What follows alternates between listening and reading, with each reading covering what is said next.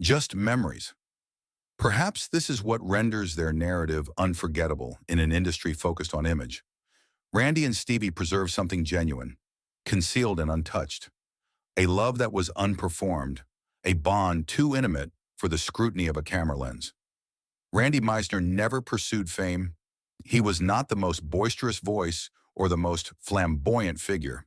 His desire was simply to create music and live with dignity.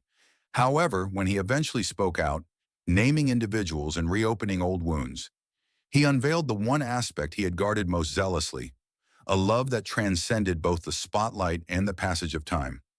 This was not merely rock and roll. It was a legacy enveloped in silence, a song, a letter, a love that never required applause to be authentic. If you have ever felt overlooked, erased, or abandoned, Randy Meisner understood that sentiment. Yet he never ceased to believe in tranquility, in music, in quiet love. And perhaps, just perhaps, that is the legacy that holds the greatest significance. If this narrative resonated with you, please leave a comment below, share your favorite Randy Meisner song, like, subscribe, and stay tuned for more authentic stories from the realm behind the music. For sometimes the most profound truths are those we conceal for the longest time. Thank you for watching. There were no photographs, no rumors, only moments backstage, exchanged glances, shared silences, and nights on the road where words were unnecessary. He didn't try to fix me, Stevie softly remarked. He just listened. Randy once confessed that Stevie was the only individual who ever made him feel truly heard. They did not require labels, neither lovers nor partners, just two souls who discovered tranquility in each other's company, quietly and endlessly, like a song that was never intended for radio play, but was always meant to be remembered. When Randy Meisner departed from the Eagles, the world anticipated drama, a bitter exit, or a feud worthy of headlines. However, none of that transpired. What followed was silence, a rare and disarming calm. As Stevie Nicks later recounted, he didn't leave out of anger. He left because he was tired. Tired of the pressure, the infighting, the noise.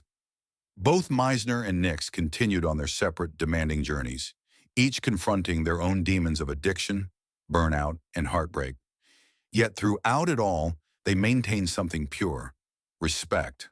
They never exposed one another, nor did they transform their private connection into a public spectacle. No memoirs were written, no letters leaked, just an unspoken understanding that their bond, whatever it may have been, was off limits to the circus of fame. When Rye's wife, Lana Ray, tragically passed away in 2016, he mourned in private, issuing no press release and making no social media announcements. When Stevie collapsed on stage from exhaustion, she never hinted at the man who was quietly offering support behind the curtain. They were there for one another, not in public, but where it truly mattered. When Randy passed away in 2023, there was no formal funeral, no grand tribute from the Eagles.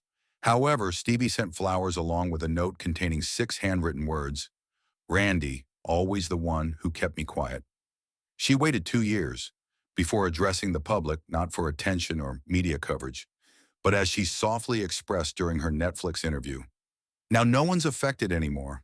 No more band, no more marriage. Stevie discovered a handwritten note nestled gently beneath the strings of her guitar, with no signature or date, simply stating, "I hope you find peace even when you're not with me."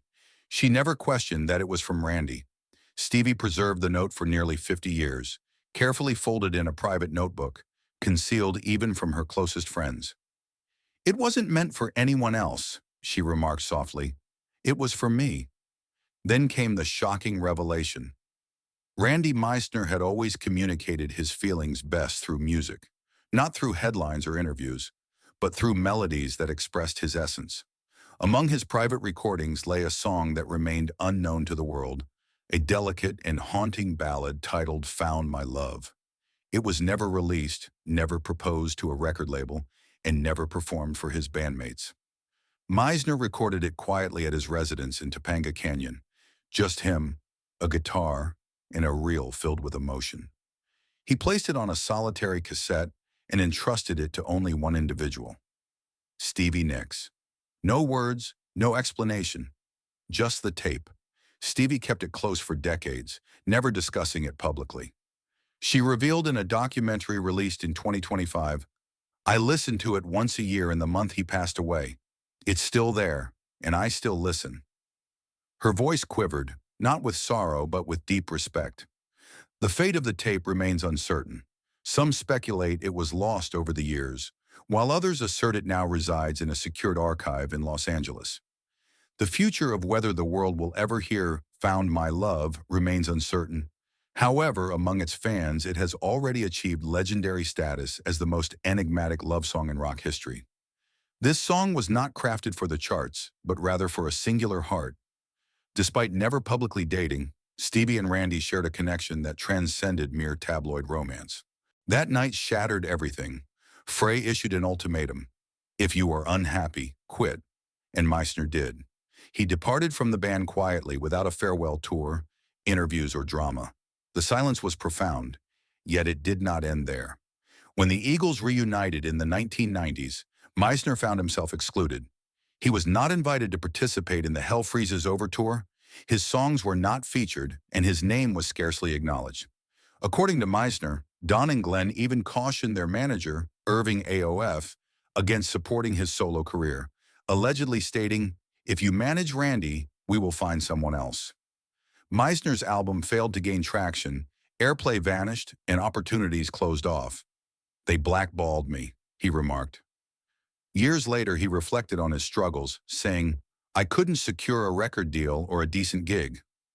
AOF, known for his ruthless strategies, did not dispute his close ties with Henley and Frey, who even scheduled Eagles tour dates around their golf games.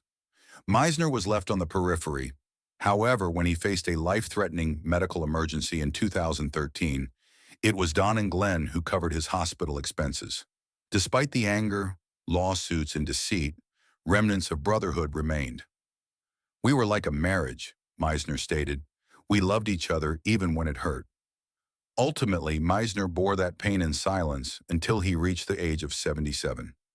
Randy Meisner, long silent and long-suffering, finally named names, 7 in total: Glenn Frey, Don Henley, Irving Azoff, Don Felder, Joe Walsh, Jim Messina, and Richie Fur.